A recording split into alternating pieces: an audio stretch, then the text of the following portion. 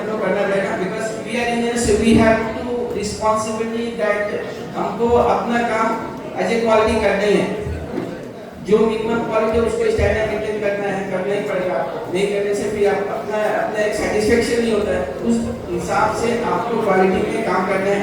कहीं कहीं क्या होता है, कॉन्ट्रैक्टर बहुत ये करते हैं, नहीं करना सर हमारे पास कॉस्ट नहीं है, बैठ नहीं, लेकिन आपको अपना ये काम करना है, क्वालिटी में काम करना है।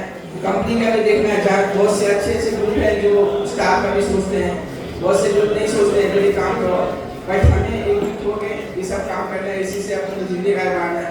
तो हर एक डेवलपमेंट में सीएस ग्रुप हम आपके साथ खड़ा हुआ। कुछ भी इश्यूज है आप ग्रुप में डालिए, हमारे 3 से मेंबर से आप आपका काम कीजिए, consultant we will help you as a senior member, as a industry personal में most of the real estate consulting company में काम कर चुका हूँ, तो बहुत से आपको कनेक्शन मिल जाएंगे, आपके हेल्प मिलेंगे।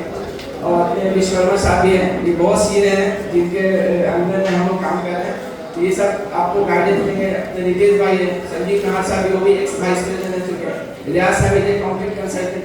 तो जो भी इससे जुड़ा है, जो भी कमेटी मेंबर में, सबको एक दूसरे को हेल्प कर जाता है। बस ये कहकर मैं अपना स्पीच खत्म करता हूँ। Thank you very much. Thank you so much sir. बहुत ही मार्गदर्शन पर हमें सब आशाएं मिल रही है आगे आगे चल के।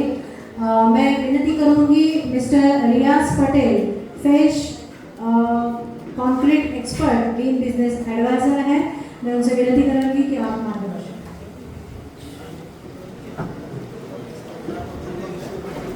हेलो हेलो हेलो, बैठो बैठो बैठो, बैठिए भाई। रियाज पटेल शो शुरू होने वाला है। त्रिदेव जी से शुरू करेंगे। उनका नाम त्रिदेव है और इसलिए उनकी कंपनी का नाम महादेव है। बट उन्होंने मुझसे कहा कि क्योंकि मैं आसाम से बिलोंग करता हूँ, इसलिए वी को बी लिखा जाता है, तो पूरा आसाम, बांग्ला, वेस्ट बंगाल, उड़ीसा के बेल्ट में अगर आप जो भी नाम देखोगे, वो जहाँ पर भी वी है वहाँ पर बी यूज करते हैं। यस, हमारे पास में आज बहुत मतलब देशपांडे सर है, कहाँ चुके, राव सर कहाँ चले गए, दिख नहीं रहे। फिर हमारे पास में आज के इवेंट में प्रकाश सर थे, सर सुरेंद्र जी हैं, सॉरी मैं थोड़ा सा कंफ्यूज हो गया नाम में। उमा है हमारे पास में। शकील साहब कहाँ गए? शकील साहब बहुत बोल रहे थे कि हमने कम पे काम नहीं करना है, क्या करेंगे। आज से 15 साल पहले आईटी का जो स्टार्टिंग सैलरी था ना, आज भी आईटी का स्टार्टिंग सैलरी उतना ही है। तो सिविल इंजीनियर को ज्यादा शुरुआत में कहाँ से मिलेगा? ये मेरा सवाल मेरे मन में आ रहा है। इस साल के जो एमएसटी सीईटी की, अभी मेरी बेटी 12th का एग्जाम दे करके उसने एमएसटी सीईटी दी और जेडब्ल्यू मेंस दिया, जेडब्ल्यू एडवांस दिया, और अभी एडमिशन प्रोसेस को फॉलो करते हुए उसने एडमिशन लिया। उसको तो कंप्यूटर इंजीनियरिंग मिल गया, जैसे कि ट्रेंड है आज की तारीख में कि कंप्यूटर आईटी सब लोग ले रहे हैं। आई वॉज शॉक्ड कि एमएसटी सीईटी का 70-75 परसेंटाइल पर भी कंप्यूटर इंजीनियरिंग मिल रहा है, तो कितने परसेंटाइल पे सिविल पे एडमिशन होगा, इसको देखकर ही मैं कंफ्यूज था। जब मैंने कुछ लिस्ट देखे तो 30-35 परसेंटाइल, अभी 30-35 परसेंटाइल जो होता है ना एमएसटी सीईटी का, वो मार्क्स बहुत कम होते हैं, मतलब बहुत ही ज़्यादा कम होते हैं। परसेंटेज वाले जो मार्क्स है ना वो बहुत कम होते हैं और परसेंटाइल उनका 35 आता है। तो आई वॉज जस्ट शॉक कि अगला जो हमारा एक पूरा जनरेशन है वो कैसे सिविल इंजीनियर हमको मिलने वाले हैं। तो हमारे लिए तो गोल्डन पीरियड आने वाला है।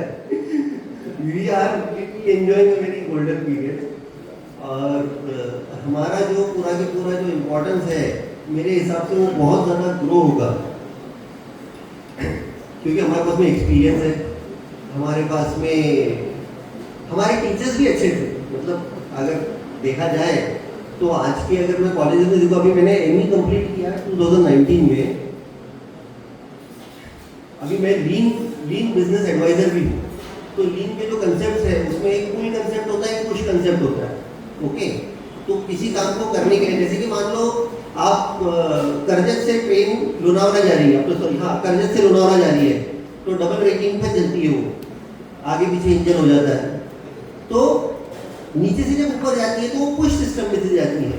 ओके, और ऊपर से नीचे भले वो आगे इंजन रहे, वो पुलिंग के सिस्टम से आती है। तो लीन में आप अल्टरनेटिवली दोनों सिस्टम यूज करते हो। पर इसको मैं एक्चुअली हूँ कॉन्क्रीट कंसल्टेंट, मैं एमई करने गया तो मैंने बोला यार मुझे कॉन्क्रीट कंसल्टेंट बोल के अपने आप को एस्टैब्लिश करने के लिए एमई करने की कोई जरूरत नहीं है। तो एमई क्यों करना है? तो लीन में करना है, प्रोजेक्ट वर्क भी लीन में करना है। और फिर लीन कंसेप्ट को लेकर के मुझे बहुत अच्छे लगते हैं वो लीन के सारे कंसेप्ट जो है ना, वो टोयोटा प्रोडक्शन सिस्टम से आए हैं। एफिशिएंसी ओरिएंटेड है, तो एफिशिएंसी ओरिएंटेड, कल्चर ओरिएंटेड, मेरा बेसिकली जो सबसे ज़्यादा काम है वो कल्चर ओरिएंटेड है। कि जब तक कि आप एक कल्चर इंस्टीट्यूट, अगर आपने एक कल्चर एस्टैब्लिश कर लिया, सिर्फ और सिर्फ हायर मैनेजमेंट में भी अगर कर लिया ना कल्चर एस्टैब्लिश, तो भी बहुत सारे एडवांटेज आ जाते हैं। क्योंकि इंडियन सिस्टम में मैंने देखा है कि हायर मैनेजमेंट से लोअर लेवल तक के कल्चर आता नहीं है। वेरी फ्रैंकली मैं बोल रहा हूँ। ओके, ये वर्ल्ड में सिर्फ एक कंट्री है, ओनली वन कंट्री, जहाँ टॉप से लेकर के बॉटम तक के कंपनी में कल्चर होता है। Anyone would like to answer that कि वो कौन सी कंट्री है? जापान। Yes, Japan. आपका नाम? सिद्धार्थ। तो Siddharth is given very correct answer. एक ही कंट्री है जिसमें